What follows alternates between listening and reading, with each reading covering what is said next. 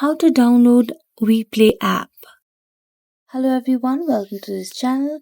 I'm Emily and I'm here to help you out today. So without any delay, let's get started.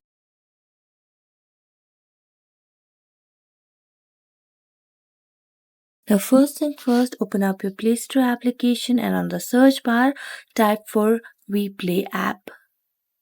Now search for it and here you can see the option of WePlay app. Now you get the option of install, so just tap on install and wait until the app gets installed and downloaded on the device.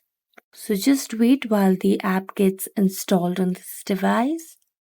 After the app gets installed on this device, the app will go through security searches and security scan as well.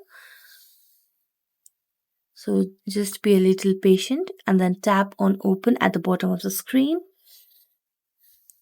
And there you will be led to the home page of the WePlay app. You can sign in with Google as well. So thank you so much for watching this video. If you enjoyed it, don't forget to like, subscribe and hit the bell notification for more updates. That's it for today and see you next time.